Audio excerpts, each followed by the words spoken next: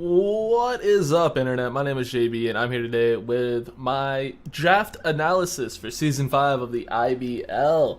Your Bouffalants have joined yet another draft league, and I'm super excited to be here. This is a Wi-Fi draft league. A lot of coaches you probably know. You should go check out the description. I'm sure everyone's links will be down there, like they will be for every video in this league. So yeah, be sure to go check everyone out, and let me know who you guys think has the best team. But I'm gonna be real with you guys before we get started. This is like my 5th or 6th attempt at recording this video. Every time I've gotten it down like, another couple minutes, but ain't no one trying to watch like a 30, 35, 40 minute draft analysis in 2018. So I'm gonna try to keep this around 18 to 20 minutes if I can. So I'm gonna, go less in depth as to why I picked certain mons and just talk about the Pokemon themselves.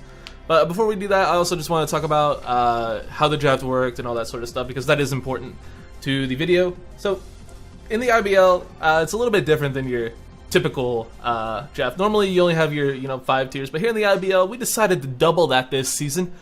We got 10 tiers, which is actually pretty cool, and it's a purely points-based draft, meaning you have a budget at the start of the draft and you can spend your points however you wish. You just need to make sure you meet the minimum Pokemon requirement, which was 8. So we had 1,000 points.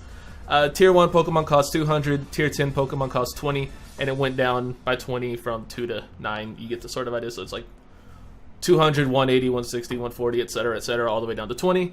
So, yeah, that's how the draft was laid out. That's how this sort of happened. So, let's just go ahead and go into my team. Unfortunately, I got stuck with a very, very rough draft position. I had the 9th pick out of 16 people, which is just not where you want to be. Normally, you want to be closer to a wheel pick, but I got stuck dead in the middle, which is just super, super unfortunate. But anyway, because I was stuck there, I decided not to rely too much on a plan at the start of the draft. I just wanted to get the Pokemon that I felt fit my playstyle, was just like the best pick available. I went that sort of route for my first few rounds, and then I decided to build a team from there. So obviously, of course, I made sure that the Pokemon I picked before I had an actual quote-unquote plan fit together. But yeah, just that's how I went about this draft. It's like, okay, it's not really planned to get anything early on because being in the middle sucks. So with my first pick in the IBL, I decided to grab just an incredible all-around Pokemon in Mega Scizor. Mega Scizor is a fantastic Pokemon, physically and defensively as well.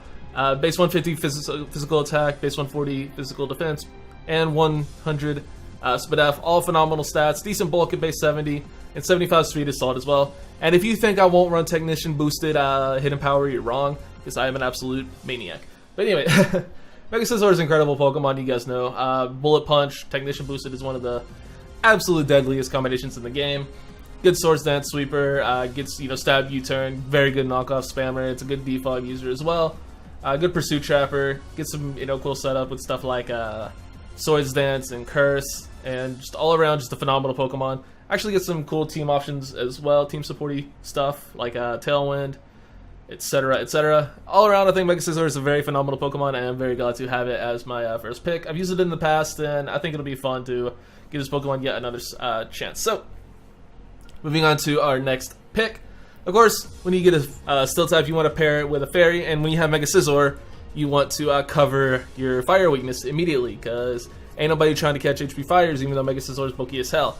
So, naturally, I decided to do both of those and kill 2 birds with 1 stone, and I decided to grab Tapu Fini. Tapu Fini is an amazing partner with Mega Scizor, being that, Fairy and Steel cover each other very well. That's why they're part of, the Fairy Dragon Steel Core. And then, of course, Tapu Fini being a Water type takes those HP Fires and other Fire type attacks that Mega Scizor just does not want to take.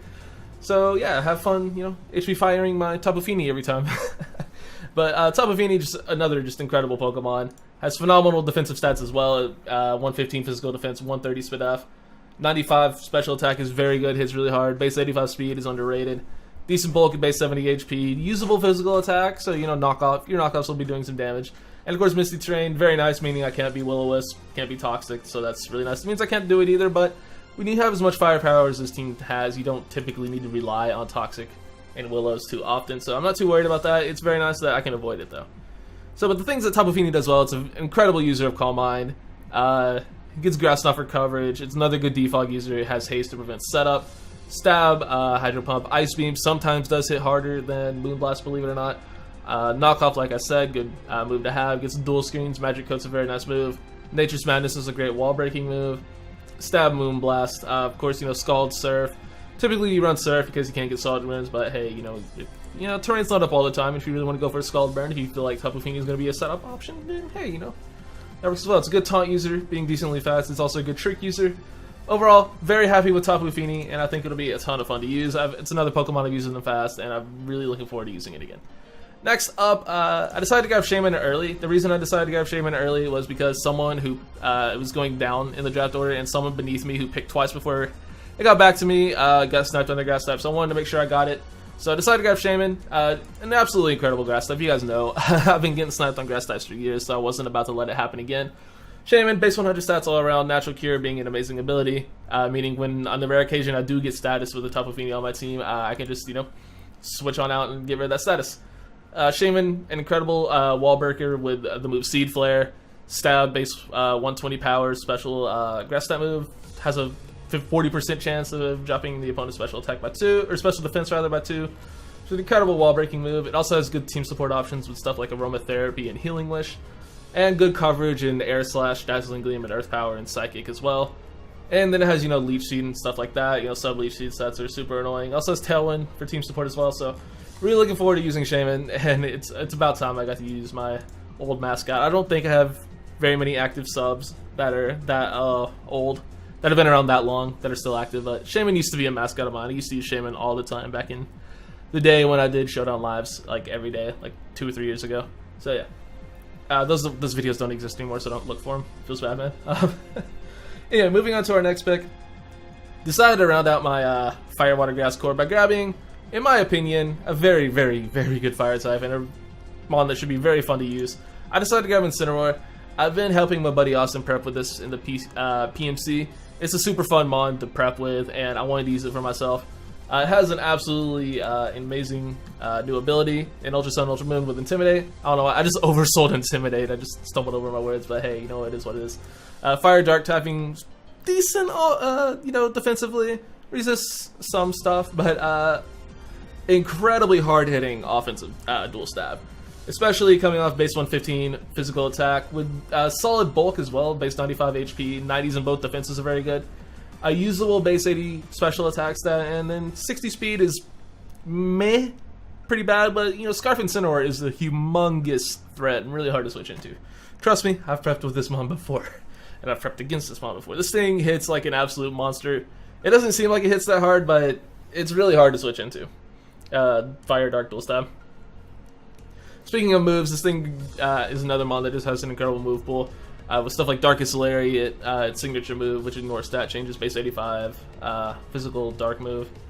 It gets, you know, Drain Punch for recovery, Earthquake, any fire move you get on with like Flare Blitz, Flamethrower, Fire Blast, all that.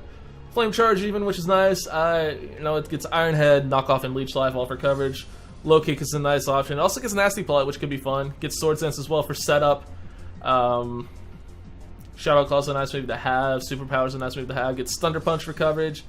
It also gets U-Turn and Will-O-Wisp should I need to click either of those moves. So yeah, Incineroar should be a ton of fun. I expect a lot of wacky stuff from Incineroar this season. I'm really looking forward to using this mon. Should be a ton of fun. Moving on, I decided to blow my budget. You guys can see the points and how much I've spent over here. Is how much the mons cost, and over here is how many points I have left. So I've blown a lot of my load on 4 mons. So honestly, probably shouldn't have done this next pick because, you know, probably should have tried to conserve some more points, but I decided screw it. I want to grab 2 really broken cores. I already have a pretty decent Fire Water Grass core, and I have the Fairy and the Dragon part of my Fairy Dragon still, so I decided to grab a pretty dang broken Dragon, and I decided to grab my boy Dragonite. I haven't used Dragonite since my very first draft league, which I won a championship in. You can go find that video, those videos. But Dragonite is like legitimately my favorite Pokemon of all time. It's so freaking cute. I love my boy Dragonite. Which is why I decided not only to make it a part of the team, but make it one of my Z users. I should have explained how the Z points worked earlier, but the Z points in the IBL work like you have 200 budget set aside from your 1,000 points, and they cost like, if I wanted to give Dragonite Z moves, which I did, it cost 160 of that 200 budget, so I had 40 left over to give to another one, which we'll get to later. But I decided to make Dragonite one of my 2 Z move users because Dragonite is an absolute nuke. with absolutely phenomenal stats all around. 91 HP, 134 physical attack, 95 defense, 100 in both special attack and special defense. Base 80 speed is very nice as well. Multi-scale is a phenomenal ability. Inner focus is also a nice ability, but more so you're going to be running multi-scale.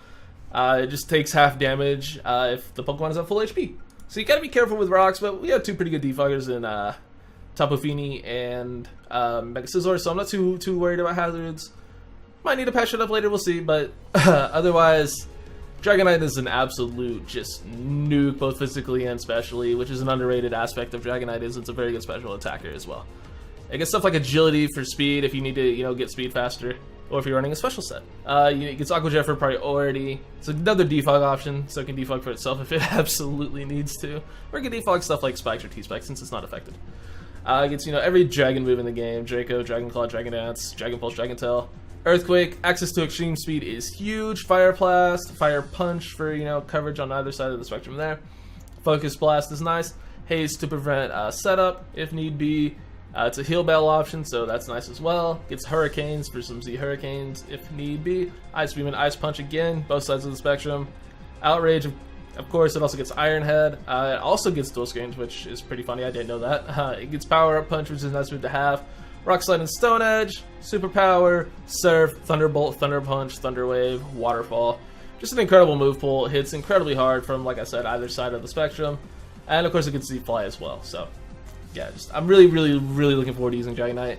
And I think it'll be a ton of fun. I love Dragonite. It's one of my favorite mons of the format, so expect to see some cool stuff from Dragonite this season. Next up, of course, it's about time I probably start, try to consider my points and start looking for some steals and some lower tiers, which is exactly what I did with my next pick, when I decided to grab Mesprit. Mesprit for 60 points I felt was an absolute steal. Pure Psychic type with the Levitate ability, very nice, immune to ground, which I wasn't really too weak to ground, but it's just nice to have another ground immunity. And this thing has incredible stats, base 80 in HP and speed, and then 105 in both attacks and both defenses, so very bulky, decently fast, pretty dang hard hitting as well. I'm really liking Mesprit. I haven't used any of the Lake Trio before, but I think Mesprit's probably gonna be pretty dang good. It gets better offenses than Uxie, but it's not as fast as I've actually it's the slowest of the three, funnily enough. But it's it's most balanced stat wise of the three. I'm really looking forward to using Mesprit. I think it'll be a ton of fun. It gets a lot of really cool moves, stuff like access to Calm Mind, Dazzling Gleam and Energy Ball for coverage, Fire Punch if you're physical, Grass Knot's a nice move to have. Excuse me. Healing Wish is nice, so I have two Healing Wish users. Ice Beam and Ice Punch for both sides. Knockoff is nice. Dual Screens, of course. Magic Coat, Power Up Punch, Stab Psychic and Psystrokes. Shadow Ball and Signal Beam are both nice to have. It's our only Stealth Rocker to this point, which is a pretty big problem. Spoiler alert for the team. We'll see here in a second that my hazard setting options aren't that great. I'm not too worried though, but we'll see. I have Thunderbolt, Thunder Punch, and Thunder Wave as well to hit from everywhere I would need with electricity. Trick, it's a very good trick user. It's a good user of Trick Room as well, and it also gets Zen Headbutt for Psychic Stab, Physical Psychic Stab rather, and then U-Turn. And I think some cool moves down yonder as well. Really looking forward to using Mesprit. Has an incredible move pool. Should be a ton of fun. And now moving on to our next pick. Unfortunately, the ground type I wanted got sniped, so I just decided to blow a little bit more of my budget and just grab Nidoking. It was by far the best option available with the points I had left. I didn't really want to grab something like I didn't want to grab I honestly couldn't even think like Torterra or something was like the next thing on my list, but I didn't really feel like that really fit the team. As much as I love Torterra, I don't know, I wasn't really feeling it, so I just decided to grab Nidoking because it's an absolute monster. Of course, it gets Sheer Force, which means it just hits like an absolute truck. Decent stats all around, 81 HP, 75 and 77 defenses respectively, 102 attack, 85 in both special attack and speed. All around just a super hard hitter. It's our other Stealth Rock option on the team, so again, a little worried about not having the best Stealth Rock options, but honestly, I'm not too worried about it. It could be worse. But of course, Nidoking just hits incredibly hard with the ability Sheer Force, basically giving it a free Life Orb without recoil, so you basically run Scarf Life Orb with this thing. It's pretty cool. Or you can run Double Life Orb, which is obviously, the set that it's basically most known for is Life Orb Sheer Force is a thing. But Nidoking is actually very good both physically and specially as well because, physical moves also get boosted by Sheer Force and it has a higher physical attack stat. Fortunately, you don't You do take life orb recoil if you're running, physical earthquake, but still it hits really hard.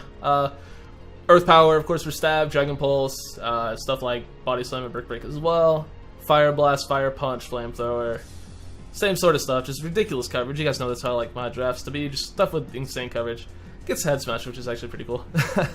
Ice beam, ice punch, of course, mega horn, poison jab, power up punch. Don't run sheer force power up punch. I made the mistake of doing that in a mock one time, and it looked really stupid. So yeah, don't be me. I get Shadow Ball, and Shadow Claw, which are very nice. Sludge Bomb and Sludge Wave, of course, for stab. It's our other Stealth Arc option, like I mentioned already. Stone Edge, nice move. Sucker Punch for priority. Super Fang is nice. Super Power is nice. Surf is nice. It's another good taunt user. Thunderbolt and Thunder Punch to hit both sides, and it also has access to Toxic Spikes if I feel like running those and I don't bring Takufini one week. So yeah, all in all, I'm really looking forward to Nidoking. It's not the grass or the ground type I wanted, but it'll do. It'll definitely do because it hits like an absolute monster. Moving on to our next pick, it was this time, like I had 2 of these 3 months penciled in the entire draft, and I was able to wait this late to get them. So I was pretty excited about that, but for my next pick, I decided it's time to start risking this thing getting taken, and then I just decided to grab my boy Licky, which is our other Z-move user along with Dragonite. Licky is absolutely incredible. I am so glad I was able to pick it up this late in the draft.